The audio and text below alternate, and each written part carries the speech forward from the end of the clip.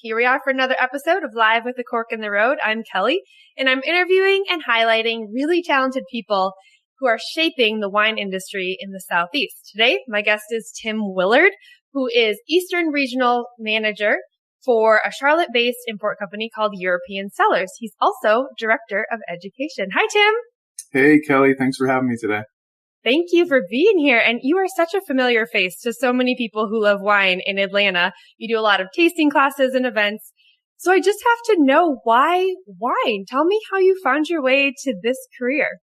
I think it was through science and people. Those are kind of my two passions, and wine sort of is the perfect middle ground to bring those two things together. So I did lots of studies, undergrad and graduate school based in the sciences, and that gave me a good background for wine science, and then worked in restaurants after finishing up a master's degree, because that's just what we do these days, right? And from there, I started to learn about wine and learned that wine was a great way to get people to earn their trust. And so slowly I started learning more, and then I started taking classes through the Court of Master Sommeliers. So yeah, you've taken a lot of the formal education classes, and it sounds like you've passed the advanced sommelier certification. Is that correct?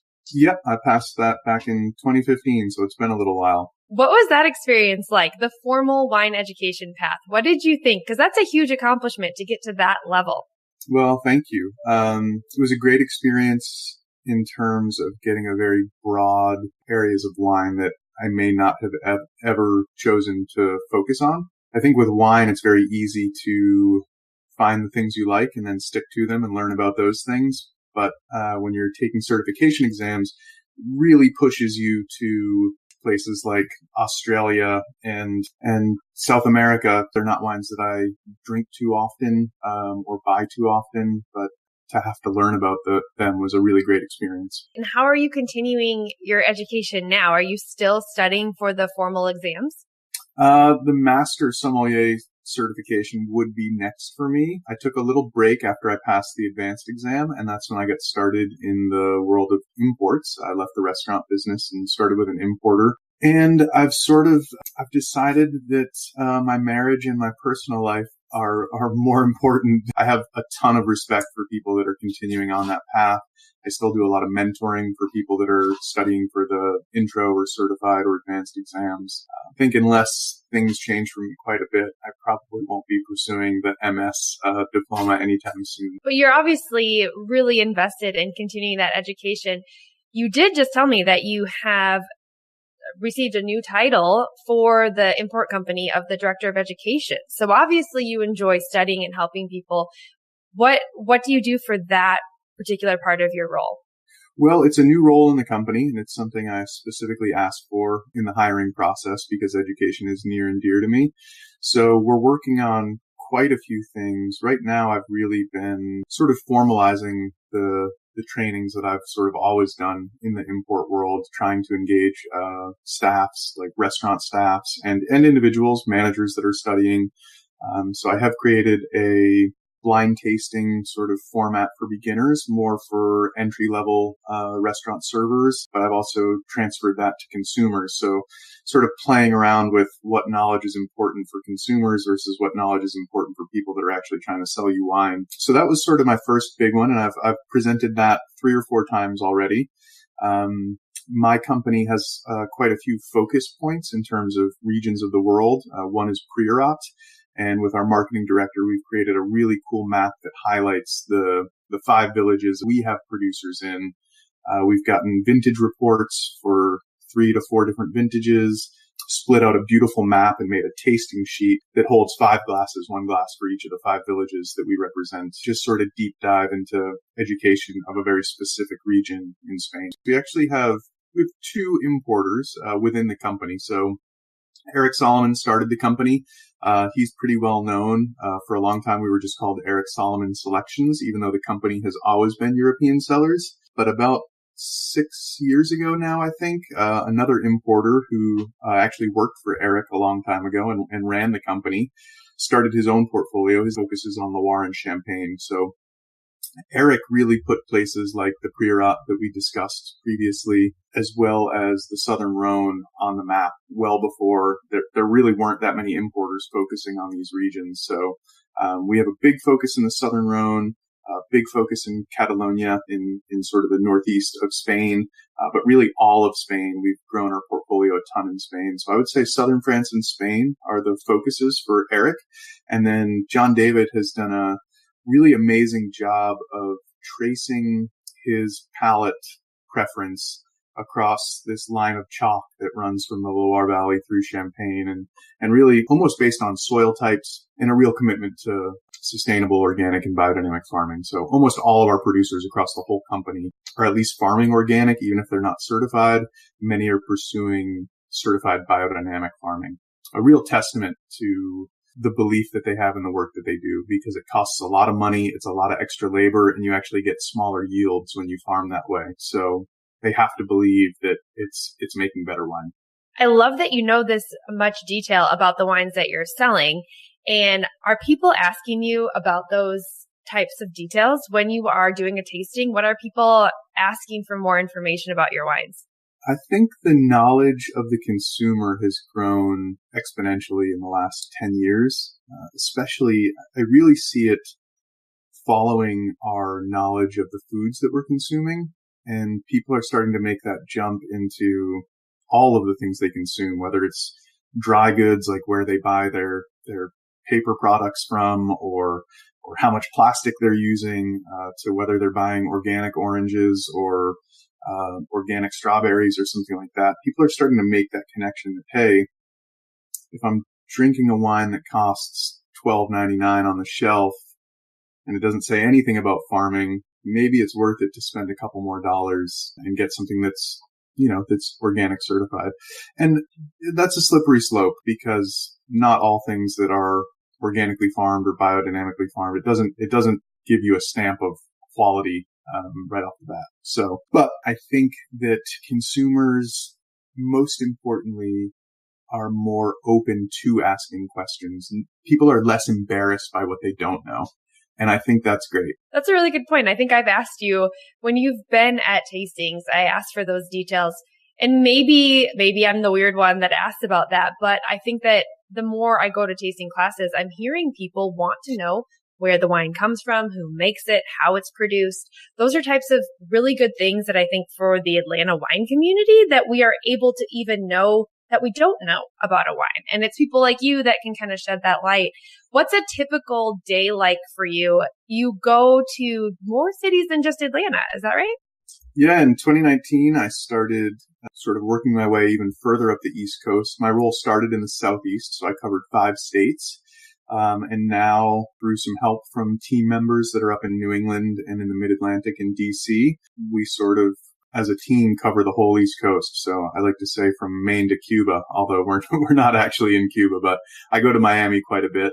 Yeah, it's a lot of ground to cover, and we do a lot of work managing our distributor partners. So as an importer, we sell into distributors, and then the distributors actually sell the wine to restaurants and retail shops. But also as importers, we help our distributors make those connections and sales. So you might see me out in Atlanta 2 or 3 days a week with a bag of wine, stopping in on what now are my friends, and lots of times meeting new people, but basically tasting between 6 and 8 wines with them, giving them pricing from our distributor and seeing if there's any good fits. And then it's just like any relationship. The better you get to know people, the better you can choose wines that make sense for them to taste.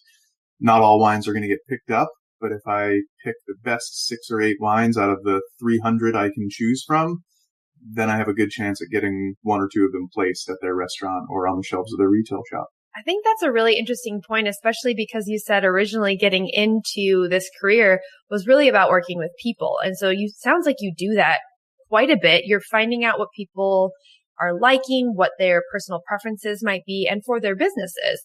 And I'm just wondering how you overcome any challenges that you face when you are approaching a new account.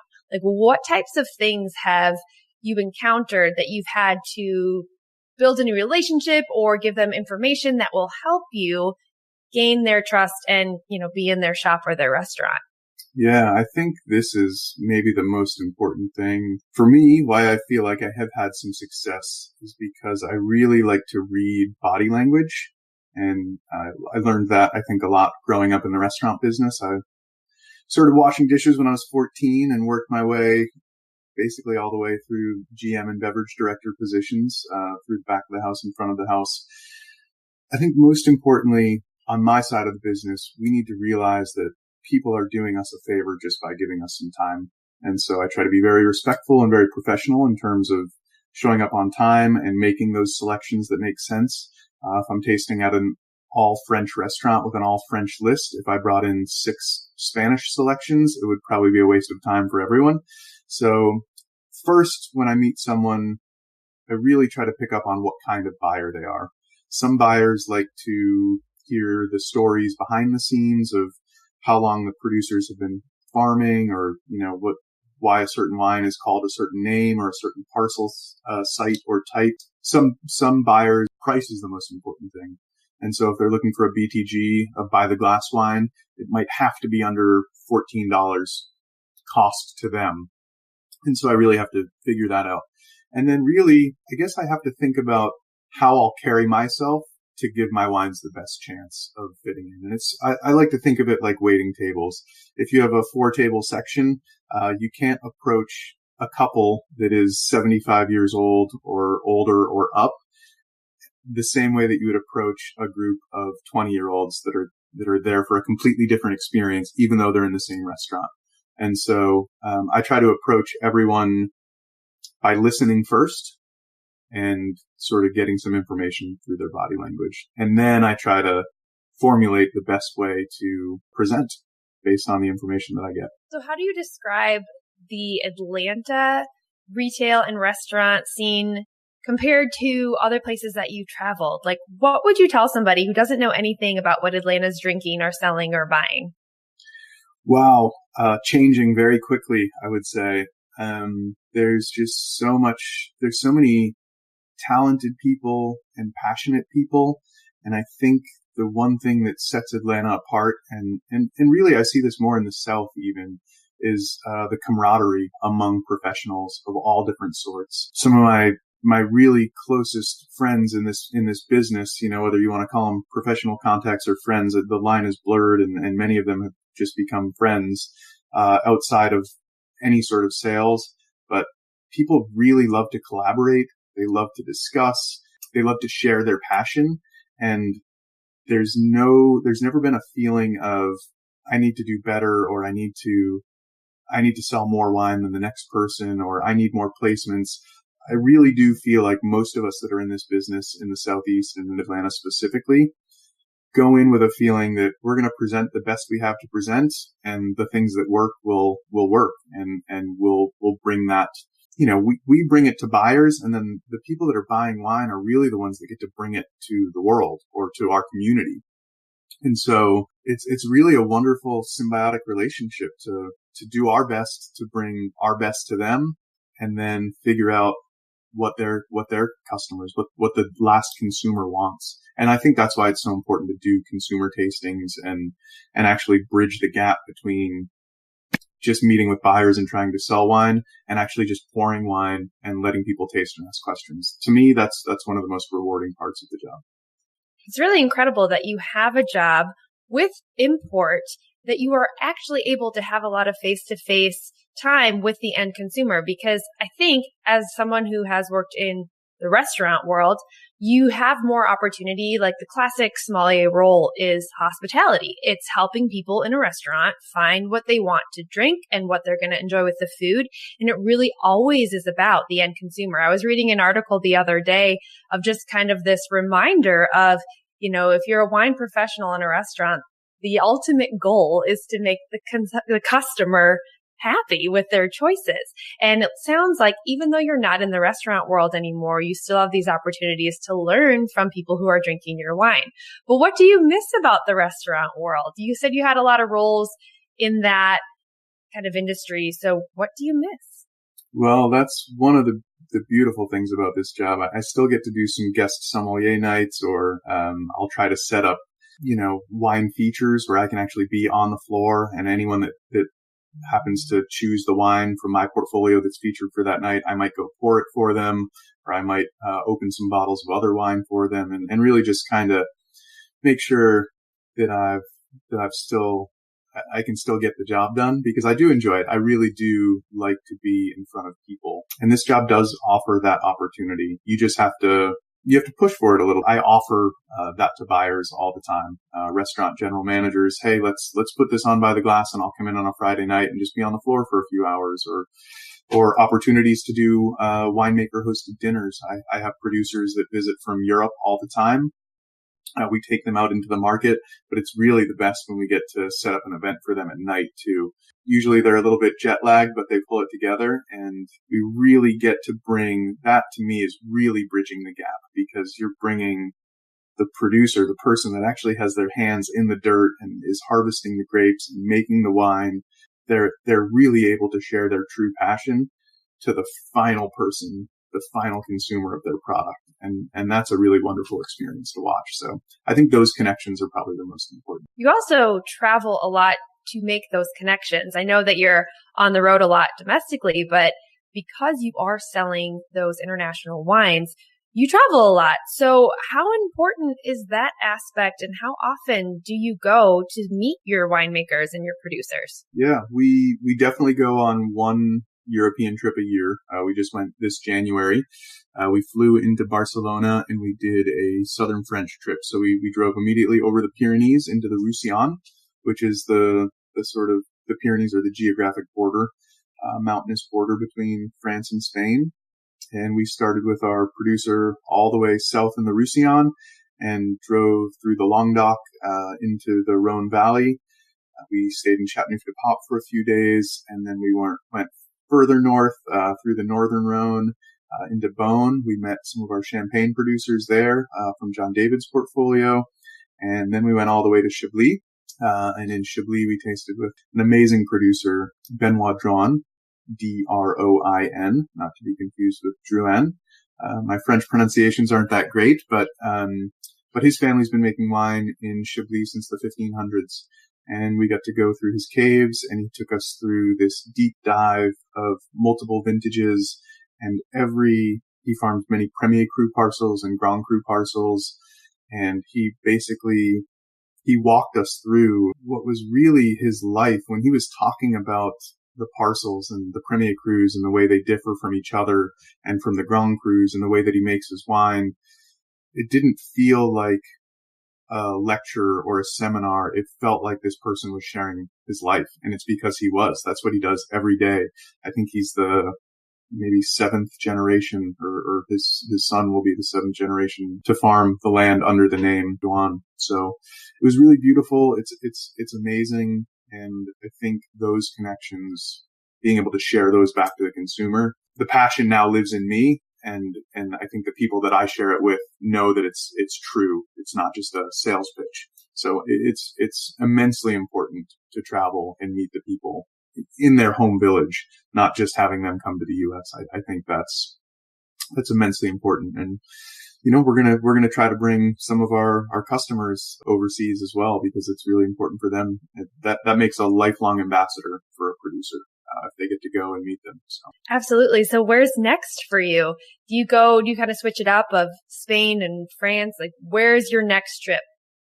My next international trip, we're talking about doing a Spanish trip in the summer, or maybe August is usually a slow time of year. So we might do a Spanish trip. And I also really need to get to the Loire Valley. I haven't been on a trip with John David. It's great for his portfolio. You can either fly into Nantes and go all the way through the Loire into Champagne, or you can fly into Paris and head to Champagne and then go follow the Loire River all the way till it spills out into the Atlantic. So that's a trip that I'm dreaming to do, although it's not on the books yet. You got to have goals, though. You got to have wine That's goals right. all the time. Us wine nerds always got to be looking ahead to where's next. And I actually feel like when I'm doing events at restaurants and someone asks about Loire Valley, for some reason, I always talk about the European Cellars portfolio, because I think you guys have some great options for the Atlanta market from Loire. So I realized that of using an import company to try new regions and know that you are very talented at picking out certain wines from those areas,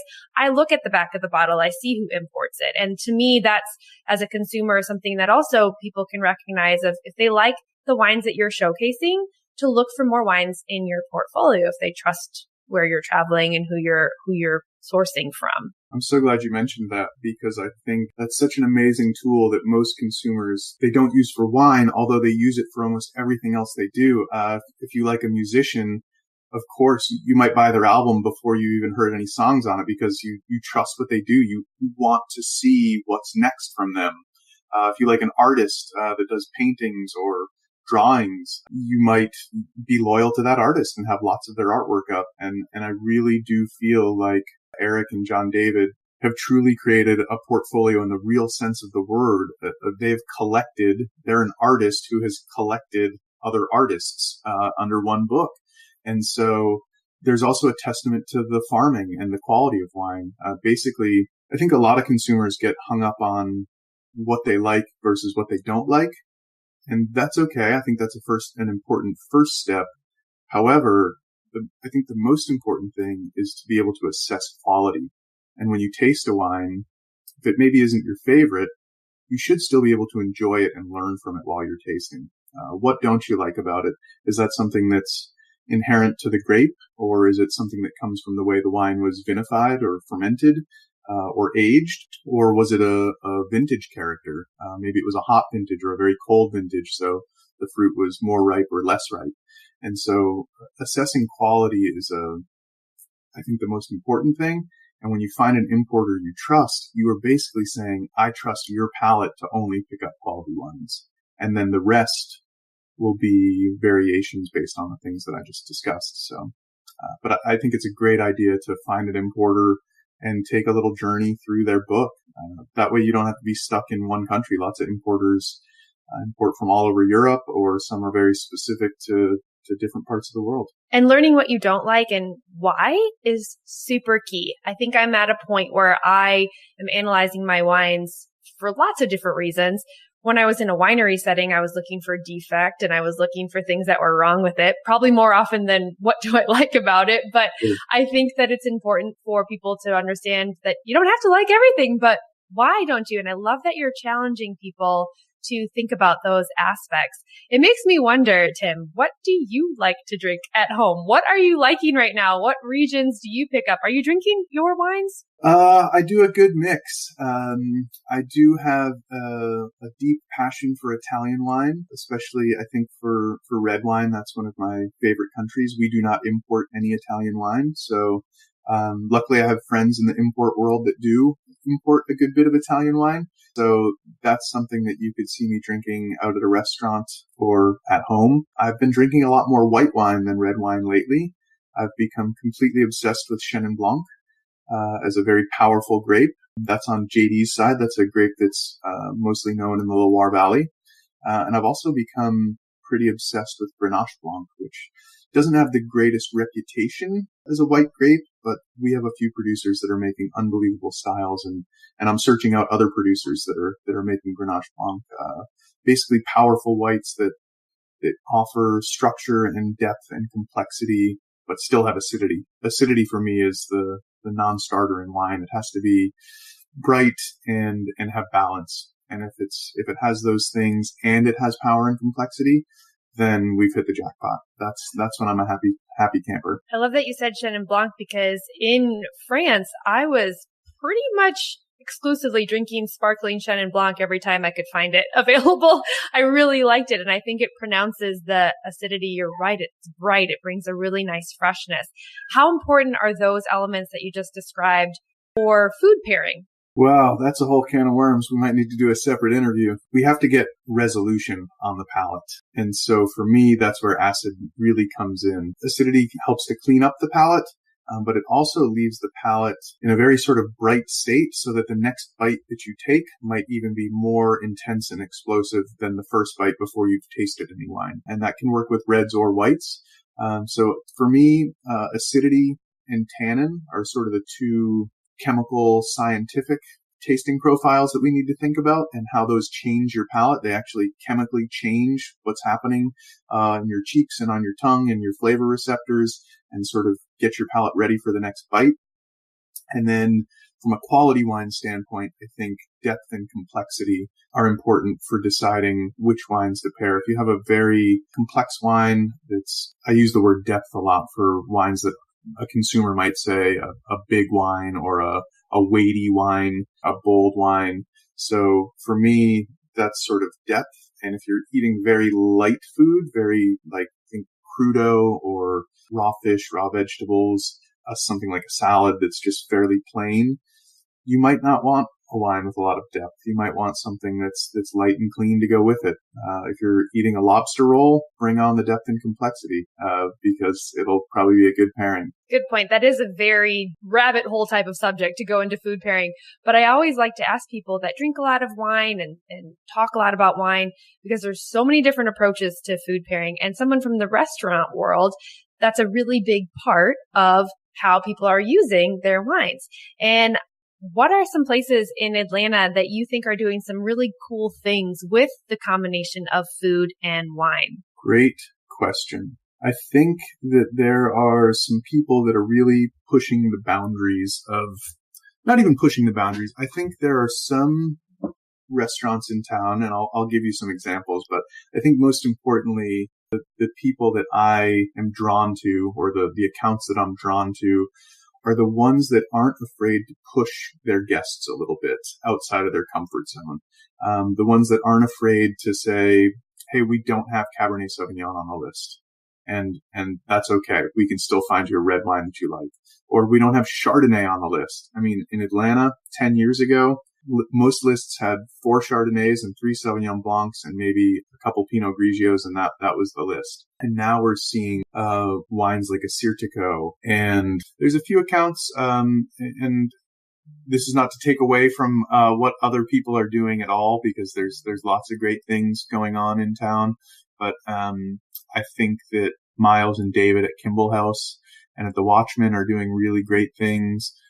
Right next door, Greg and Paul at Ticonderoga Club, they're really pushing the envelope. They have very small lists, and they're changing it often, and they're having a lot of fun, and I think that's important. Billy Allen, who used to have Cakes and Ale, and now has Bread and Butterfly, wonderful small list that's doing great things. And then there's a young guy named Stephen Grubbs who works at Empire State South, and I think Stephen just does a great job of really having all the classics as options, but also a few things that get outside the box a little bit. And he has to, when you work in a place where you have guests coming from all different walks of life, it's not easy to just put a nerd list together of things you like. You really have to focus on what's going to make people happy. And a lot of people just want to get what they like, and they don't want to talk about wine. They just want to order a Chardonnay that tastes like Chardonnay and at a price that's, fits their budget. And I think that's a wonderful thing too. Yeah. So there's lots of great people doing great things really all over the city, but those are some of my close friends that I get to see often. And we seem to be on the same wavelength in terms of, what we like and what our experiences are. We're really lucky to have a lot of people doing cool things. It's kind of what I've been hearing. I mean, I think there's so much more to come from Atlanta as a wine industry and a camaraderie of professionals as well. So what do you think would be some good advice for anyone who is interested in getting started in a wine career? I think you have to ask for help. It's such a big world out there of wine and learning science and history and geography and cultural things, cuisine types, pairings. We discussed pairings. Wine has traveled with the human race for 10,000 years. And so anything that we've sort of done in our human history dating back that far, wine's been part of it. And so it's an opportunity to learn. So while that seems like I'm saying you have to know everything about everything for the last 10,000 years, you can also look at it as, what do you enjoy? If you enjoy history, read about wine history or how wine has shaped history through the years. If you enjoy geography, man, you can, pinpoint wines to every different geographical region, There are laws in almost every country that make wine that govern how wine is made and what it's called. Legal implications, for how to make wine, what can go in it. I think that's really important for consumers to know too. The legal implications of what we can put in our wine that doesn't have to go on the label. I talk about that quite a bit. But for someone that's really getting interested in wine, I think if they have an opportunity to work in a restaurant, that's a great way, especially if you're younger and you need to make some money anyway. As you get older and maybe you have an established career that's outside of wine, if you want to get into it, I would recommend listening to people like you that are bringing opportunities in the local area to light. But there's so much going on. Go to consumer tastings, buy tickets to wine dinners, see winemakers when they're in town. And truthfully, I have lots of friends in lots of different professions that are signing up for introductory level courses at through the Court of Master Sommeliers, through the Wine, Spirits and Education Trust, which is another UK certification body, usually referred to as WSET. There's also the Society of Wine Educators has a great program as well. And so if studying on your own seems to be more up your alley, that's a great way to just learn and have some materials sent to your door. And then there's maybe we can do a reading list or something. But I think that would be fun because there's lots of great reads that are, some that are a deep dive into science and some that are just really a travel journal of two guys traveling across different parts of the world, drinking wine and sharing their experience. So lots of ways to fall in love with wine, Yeah, get involved, I think, is the most important thing, and lean on people that know more than you to steer you in the right direction. That's the only way I've been able to learn is pushing people to give me the answers that I need and point me in the right direction. So talking a lot about wine, meeting a lot of people in wine, and drinking a lot of wine, all ways to learn. Well, thank you so much for your time, Tim. I want people to find you around Atlanta. How can we find out more about the European Cellars events? Yes, well, you could follow me on social media at twillard06. That's never a bad way. You can also send me a note, tim@europeancellars.com. And I always keep my consumer database as a separate file for my emails. So I have a list of consumers in all the states that I work in, or I try to keep up with a list. And when I have events, a lot of times I just send out a group email, always in blind copy. So don't worry, I won't be sharing your address out with a bunch of other folks. But really the other great thing is to just get on the email list for your favorite wine shop or multiple favorite wine shops in town, because it's these small business owners. And I say small, go see an independent retailer, please. These are the people that are changing wine in our city and state and in our region. And it's so important to spend your dollars in a way that supports local independent retail, because they're the people that are shaping wine way more than me. And get on their email list and figure out when they have producers coming into town, when they have importers doing tastings. I think that's really the best way to get involved. Such great advice, keeping people learning. Tim, you are amazing. Thank you for doing so much for the Atlanta wine community, and we look forward to cheersing with you very soon. Kelly, thanks for having me. Drink more champagne.